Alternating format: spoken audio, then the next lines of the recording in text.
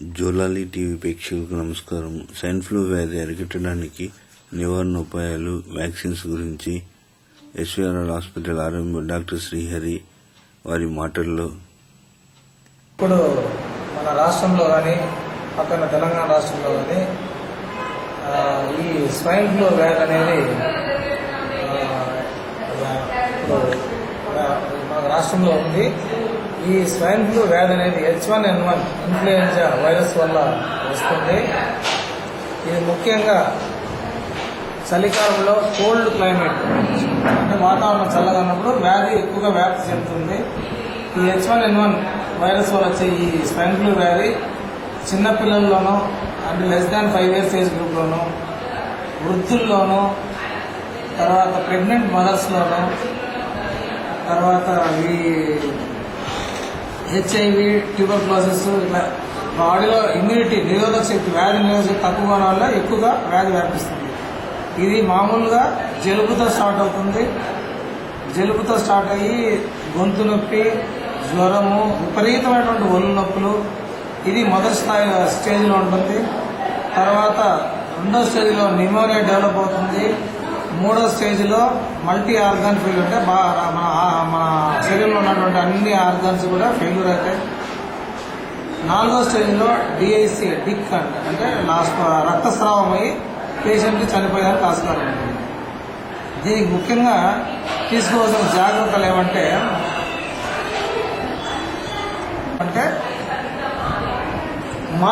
Face mask ధరించాలి.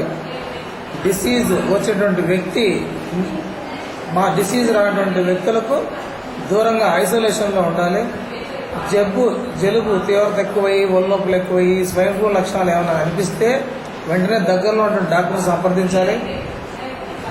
ఆ doctor ఇది అడ్మిషన్ కావాలంటే ఏమైనా టీచింగ్ హాస్పిటల్లో అంటే ఎస్వీఆర్ జనరల్ హాస్పిటల్ టీచింగ్ హాస్పిటల్కి వచ్చి అడ్మిట్ అయ్యి ఆ జబ్బుకు సంబంధించినటువంటి పరీక్ష చేసి నిర్ధారణ చేసి తగిన మందులు ఇస్తాం.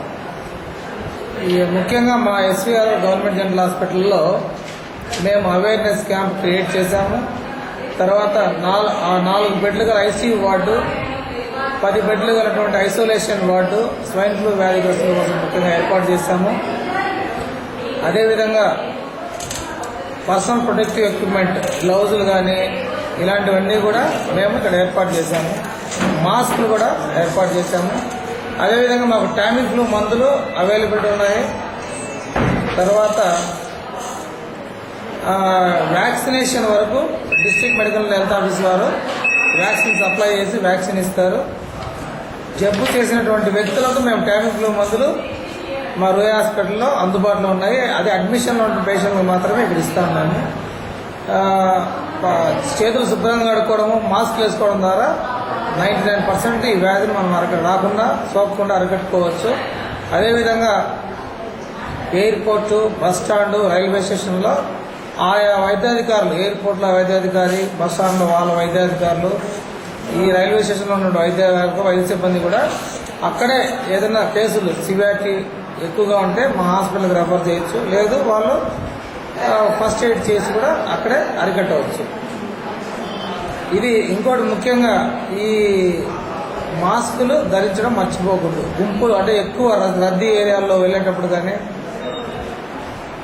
వ్యాధి నిరోధక తక్కువ ఉన్నటువంటి వృద్ధులు కానీ, చిన్నపిల్లలు కానీ, షుగర్ పేషెంట్లు కానీ, టీబీ, HIV ఉన్న వాళ్ళందరూ కంపల్సరిగా ఈ వైరస్ కంప్లీట్గా పోయేంత వరకు మాస్కులు ధరించి వైరస్ పోకుండా కాపాడుకోవాలి. విజ్ఞప్తి తిరుపతిలో ముఖ్యంగా ఒక 2 కేసులు వ్యాధి నిర్ధారణ అయింది.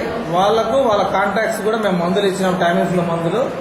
ఇప్పుడు రుయా హాస్పిటల్కి అయితే మా ఏ కేసు కూడా వచ్చి అడ్మిట్ కాలేదు. బయట ప్రైవేట్ హాస్పిటల్ అడ్మిట్ అయ్యి అక్కడి నుంచి అట్లా చెన్నై హాస్పిటల్కి వెళ్ళారు. కానీ మా రుయా హాస్పిటల్కి వచ్చే కేసు ఏ కేసు కూడా మేము శాంపుల్స్ పంపించాము. 3 కేసులు అడ్మిట్ చేసి వాళ్ళకి నెగిటివ్ వచ్చింది. పాజిటివ్ కేసులు ఏవి రుయా హాస్పిటల్ వరకు అడ్మిట్ కాలేదు. టోల్ ఫ్రీ నెంబర్ ఏమన్నా మా రుయా హాస్పిటల్లో ఏదన్నా వ్యాధి లక్షణాలు ఏదైనా ఉండి ఎమర్జెన్సీ అయితే మేము రుయా హాస్పిటల్ ఎక్స్చేంజ్ నెంబరే పెట్టినాం టోల్ ఫ్రీకి 42867 222-867-0877 యాడ్ చేసుకోవాలి ముందు. ఈ నెంబర్కి కాల్ చేస్తే ఇమ్మీడియట్గా మాకు ఇన్ఫార్మ్ చేస్తారు. మేము అలర్ట్గా ఉండి తగిన జాగ్రత్తలు తీసుకుంటాం పేషెంట్ కేర్.